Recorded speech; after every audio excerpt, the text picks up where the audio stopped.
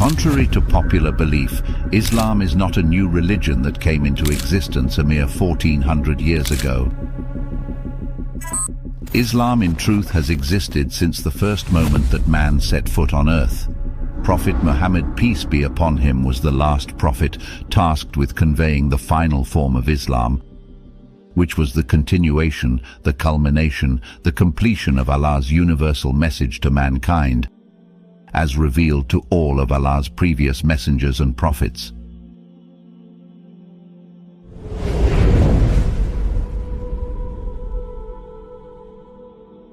In the 6th century CE, Arabia was a polytheistic society with many gods and goddesses worshipped by different tribes and communities. Prophet Muhammad, peace be upon him, was born into a family of merchants who were active in the trade routes throughout Arabia, and he was exposed to the religious beliefs and practices of many different communities during his travels. Prophet Muhammad, peace be upon him, was often conflicted about the beliefs and evil practices of his people. Around the age of 40, he started to experience visions that would come true. During that time, he frequently meditated in the cave of Hira, located on the outskirts of Mecca. But on one fateful night in 610 CE, while in solitude at the cave of Hira, the revelation of the glorious Quran began. The Night of Glory, which Muslims refer to as Laylatul Qadr, is a night that marks the revelation of the Quran to Prophet Muhammad, peace be upon him, by the angel Jibreel. Allah revealed the glorious Quran in parts over a period of 23 years to the Prophet. However, the first revelation happened on the Night of Glory and marks a significant moment in the founding of Islam.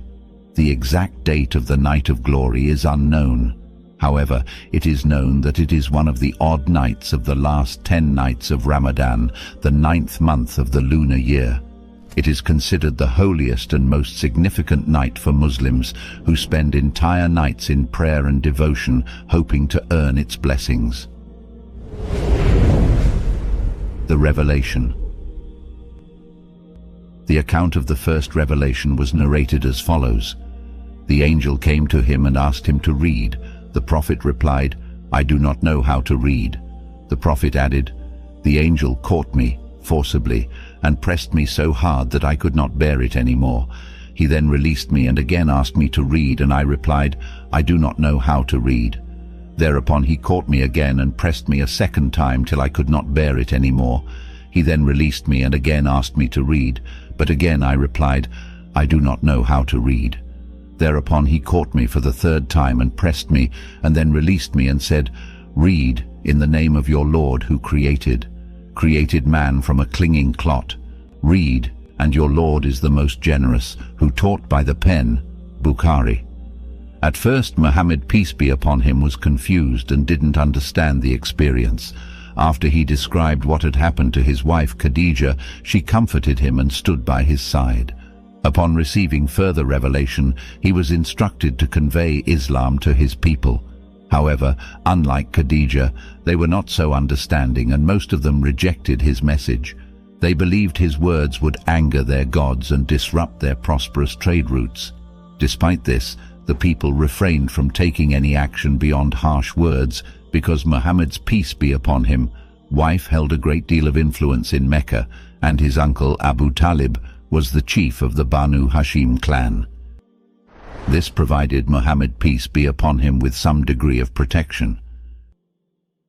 However, in the year 619 CE, both Khadija and Abu Talib passed away. This became known as the Year of Sorrow. And following his mourning, Muhammad, peace be upon him, and his small group of followers were exposed to physical persecution from the Quraysh tribe that controlled Mecca. Migration, Hijrah. In 620 CE, during the pilgrimage season, Muhammad, peace be upon him, met with delegates from Medina and presented the message of Islam to them. Convinced by his words, they accepted Islam and promised to preach it to their people. They hoped to unite the bickering tribes of Medina under the banner of Islam. Their efforts were quite successful, and Islam spread throughout Medina. 2 years later, a group of 73 men and 2 women traveled from Medina to Mecca, about 400 kilometers, to secretly give their pledge of allegiance to Prophet Muhammad, peace be upon him. Upon hearing about the incident and fearing the consequences of Islam gaining ground, the people of Quraysh planned to assassinate him. Allah revealed their plots to Muhammad, peace be upon him, and permitted him to leave for Medina. This journey is known as the Hijrah. During his time in Medina, Prophet Muhammad continued to receive visits from Angel Jibreel and shared the divine messages with his growing following. Islam spread far and wide, and it wasn't long before the first Islamic community was established. This model for the Islamic State was based on the principles of sovereignty of Allah, justice, consultation, and accountability. Prophet Muhammad, peace be upon him, led the people of Medina through thick and thin and fostered a strong sense of community and brotherhood among the believers. Prophet Muhammad's return to Mecca. In 628 CE, Muhammad saw in a dream that he, along with his followers, had performed pilgrimage in Mecca. He saw this as a directive from Allah. Therefore, he embarked on a journey to Mecca along with 1,500 followers. The Quraysh tribe did not want them to enter Mecca as it would make the Meccans look weak, so they sent a messenger to Muhammad, peace be upon him, to negotiate with him and sign a 10-year truce.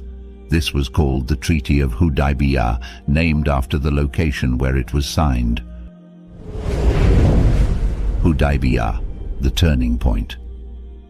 The Treaty of Hudaybiyah was signed between the Prophet Muhammad, peace be upon him, and the Meccans in 628 AD, and contained the following terms. 1. The Muslims had to return to Medina this time, but would be allowed to enter Mecca the following year to perform the pilgrimage. 2. The Muslims would not be allowed to carry any weapons with them on the pilgrimage, except sheathed swords in their bags for self-defense. 3. Any Meccan who wished to join the Muslims and migrate to Medina would have to be returned to Mecca, but any Medinan who wished to join the people of Mecca and migrate to Mecca would not be returned. 4. The two sides would refrain from any hostilities or violence for the duration of the treaty. 5.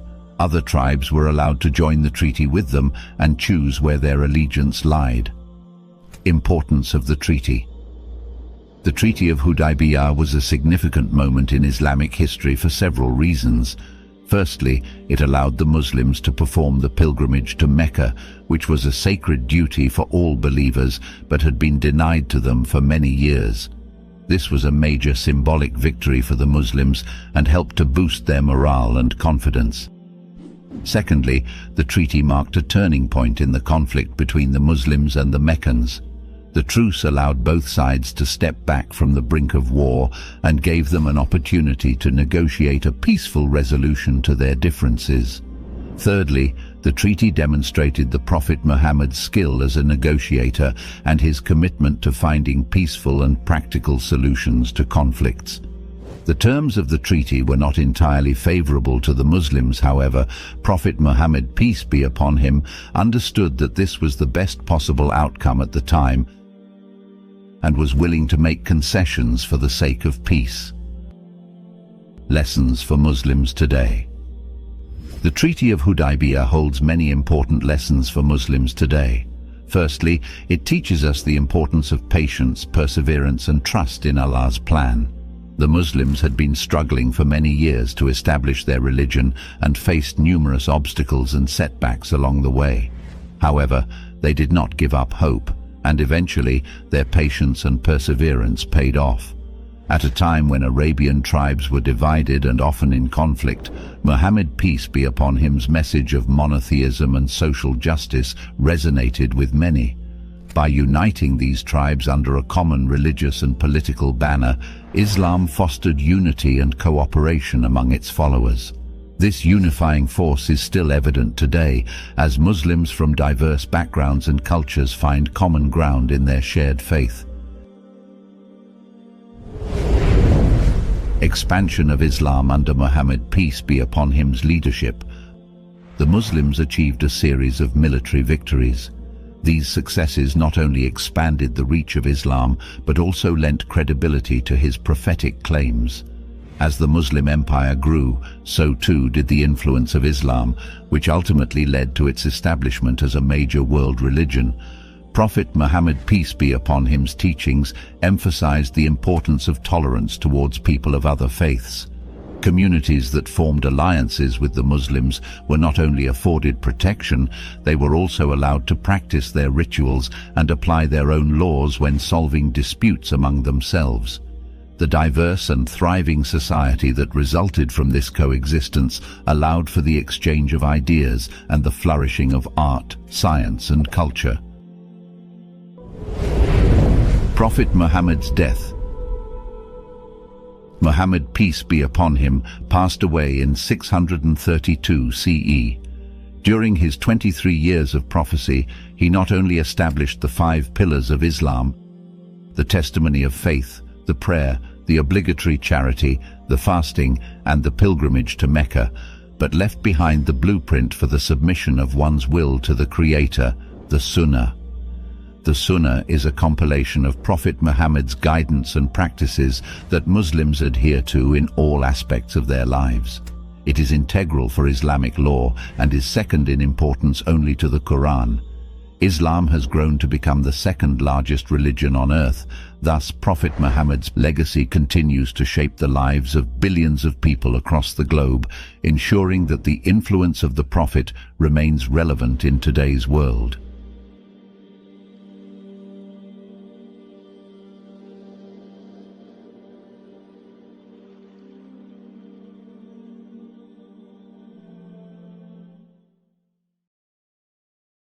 Unlock spiritual enrichment.